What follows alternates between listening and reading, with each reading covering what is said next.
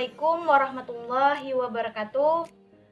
Puji syukur kehadirat Allah Subhanahu wa Ta'ala yang telah mencurahkan rahmat, hidayah, serta nikmatnya sehingga kita dapat bertemu di kesempatan kali ini dengan mata kuliah sosiologi. Shalawat serta salam tak lupa juga kita haturkan kepada junjungan kita Nabi besar Muhammad SAW.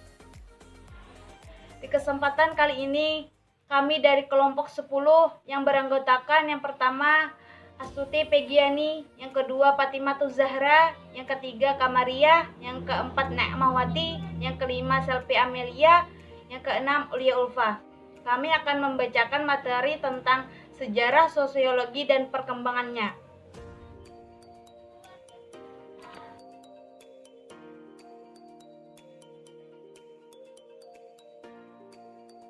Baiklah, langsung saja Ulun akan membacakan tentang pengertian sosiologi.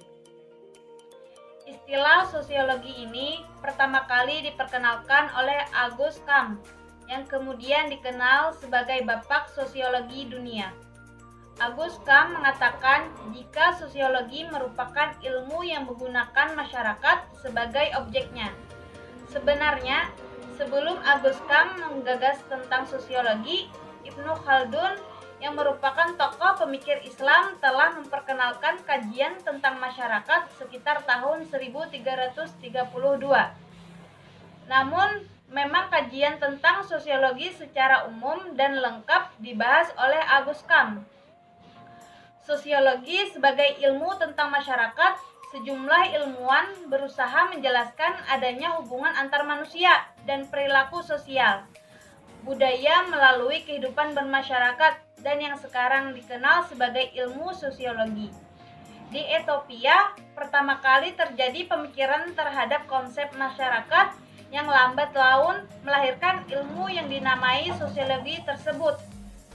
Hal tersebut didorong oleh beberapa faktor, antara lain karena semakin meningkatnya perhatian terhadap masyarakat dan adanya perubahan-perubahan yang terjadi dalam masyarakat, khususnya masyarakat Eropa.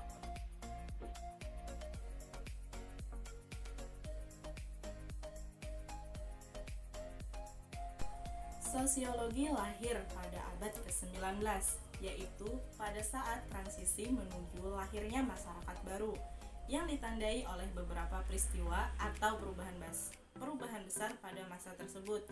Beberapa peristiwa besar tersebut antara lain sebagai berikut. A. Revolusi Prancis.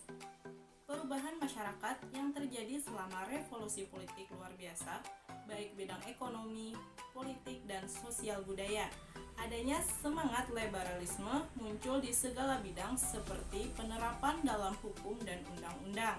Pembagian masyarakat perlahan-lahan terhapus dan semua diberikan hak yang sama dalam hukum. B. Revolusi Industri. Abad ke-18 merupakan saat terjadinya revolusi industri. Berkembangnya kapitalisme perdagangan, mekanisme proses dalam pabrik, terciptanya unit-unit produksi yang luas, terbentuknya kelas buruh dan terjadinya urbanisasi merupakan manifestasi dari hiruk-pikuknya perekonomian. Struktur masyarakat mengalami perubahan dan munculnya kelas buruh dan kelas majikan.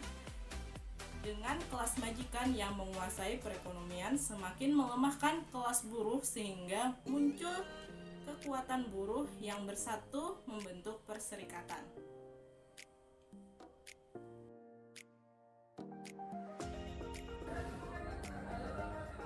Awal perkembangannya, sosiologi lahir akibat adanya gejolak sosial efek revolusi industri. Akibat revolusi tersebut, banyak terjadi eksploitasi tenaga kerja dan urbanisasi yang sangat besar. Hal ini tentunya menjadikan dunia menjadi bergejolak dan banyak konflik-konflik baru muncul.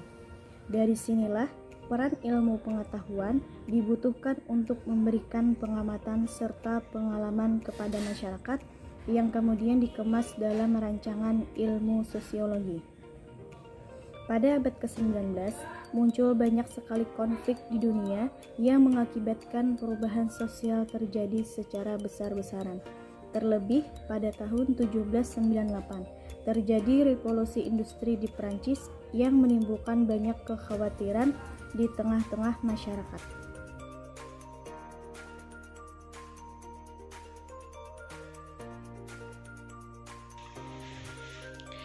Auguste Comte sebagai cendekiawan yang lahir pada tahun 1798 merasa kekhawatiran yang mendalam atas keadaan negaranya.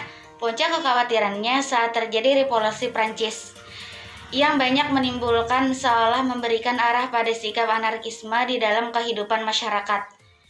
Konflik ini dilatar belakangi oleh ketidaktahuan masyarakatnya dan dalam mengatasi perubahan atau hukum-hukum seperti yang dapat digunakan untuk mengatur stabilitas masyarakat.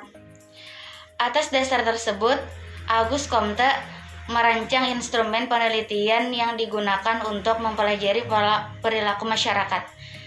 Penelitian sosial yang dilakukan secara ilmiah tersebut kemudian pada awal abad ke-19 dengan pendiri sekaligus pencipta namanya adalah Auguste Comte. Sebagaimana hal ini tertuang dalam buku yang berjudul Cours de Philosophie Positive dan dikenal sebagai sosiologi.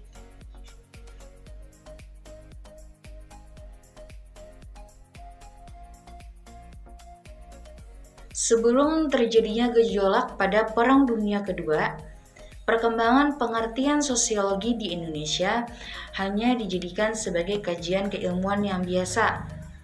Tidak ada tingkat pendalaman yang lebih mendetail.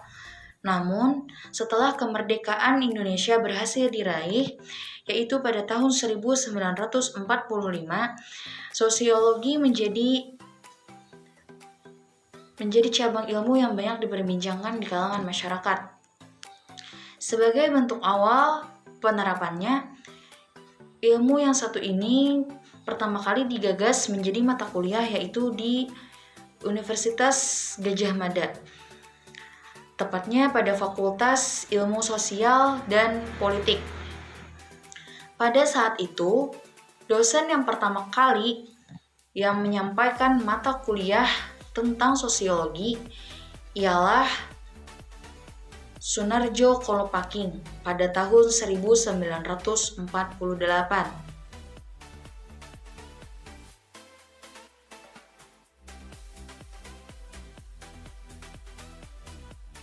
Sejarah akhir perkembangan sosiologi.